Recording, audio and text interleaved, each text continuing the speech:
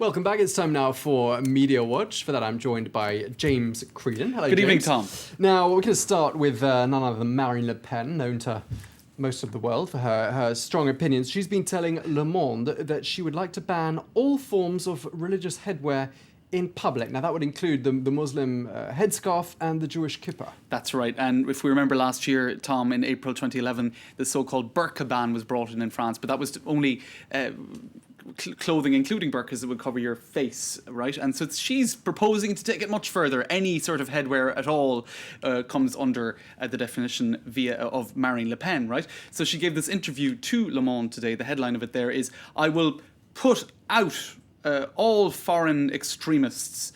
So, you know, a typical, I suppose, sentence by Marine Le Pen, really nothing overly surprising about that. But what she said about all headwear has caused a lot of reaction. Here you have François Hollande saying everything that divides is unwelcome or awkward or badly expressed. You can see a lot of the Jewish media around the world picking up on this as well, because that would include the kippah, the Jewish kippah. So you have the Jewish Chronicle here picking up on that, also Haaretz in Israel picking up on that as well. And headlines around the world, people pointing out that this is adding fuel to fire, says World Crunch. Russia Today with an interesting headline, "Berets only, French far-right leader demands ban on Muslim and Jewish headwear." And I suppose just a quick look at what they're saying on social media as well. This is a quote by the Education Minister Vincent Payon. "Marine Le Pen is the first amongst extremists." That was an interview on BFM television. This person saying it is terrible to expel your own father, to push your own father out of the country. I suppose somebody being a bit tongue-in-cheek saying if she's talking about kicking out all extremists, well, then maybe her father would come under that definition. And somebody saying here, well, if we're talking about banning things, I'd ban her from opening her mouth. And finally, this person saying, "It's raining. Which it is actually, it is raining in Paris. I don't have an umbrella. I put a scarf over my head. I hope I'll come across Marine Le Pen." I was going to say what to do about that baseball cap dilemma Exactly. before leaving the house. This is it. So a divisive topic, to say the least, in France. Indeed. Now, what about the timing of this particular announcement? Because it comes, of course, in the context of considerable tension and unrest in many parts of the world. That's right. And if we take a look at this headline on Slate Africa, the Charlie Hebdo scandal. This was when a French weekly published a cartoon of a pretty insulting pose for the Prophet Muhammad, as far as a lot of Muslims would see it. The Charlie Hebdo scandal, after those who are crazy about Allah, we have the Ayatollahs of freedom. Now, that is a kind of a poetic way of saying that those who are extremist in their religious views as regards Allah, perhaps they're quite similar to Ayatollahs of freedom of expression. In other words, people who take freedom of expression to extreme lengths in insisting upon it are extremists in and of themselves. And extremists generating extremists.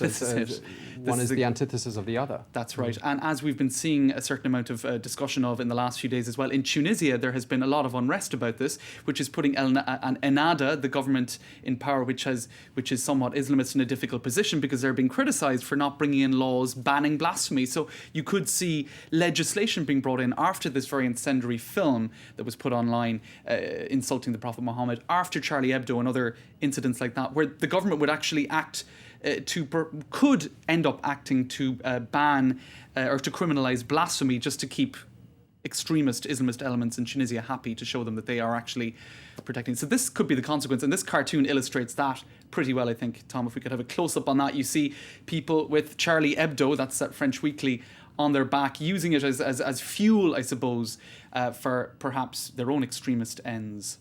It's wound them up. I mean, that's the sort of the analogy exactly there. It's a clockwork key. Yeah, well, indeed, it's but Charlie Hebdo was actually also wound up someone else recently. That was Marine Le Pen herself. That's right, back to Marine Le Pen. Let's take a look first of all at this, right? Because she did come out 2 days ago in defence of the Muhammad cartoons, saying freedom of expression, etc. But she wasn't so happy when back in February a Charlie Hebdo cartoonist painted her in this particular way. I'm not sure if that needs much explanation. Shall we have a brief close up? This was a Charlie Hebdo cartoonist who said that that's Marine Le Pen, right? So she sued them, and that's now currently going through the courts. There you go. So Marine Le Pen, not so happy about certain cartoons from Charlie Hebdo. Right, she's rather selective. She sort of picks and chooses a little bit. That's All right, well, sticking with extreme behaviour, now a bishop of the Amish sect has been found guilty of hate crimes for cutting off beards. What's this all about? It's one of these stories that I suppose it's actually not very funny for the people involved, but it's kind of got into columns around the world and it's created a bit of a buzz. People finding it quite odd indeed. This is an Amish bishop by the name of Samuel Mullet Sr. And he was found guilty of hate crimes. Basically, he was running quite an iron-fisted, I suppose, group. He's a bishop, so he has his flock, I suppose you could say. He read and censored all incoming and outgoing mail, punished wrongdoers with spankings and confinements in chicken coops, and other such behaviour. Now, when other members of the Amish community objected to how he was treating his flock, there were 5 different raids on people who had objected to his behaviour, carried out during night, with victims roused from bed, their beards and hair chopped off, with horse mane shears and battery-powered clippers. The attackers then documented this with a disposable camera.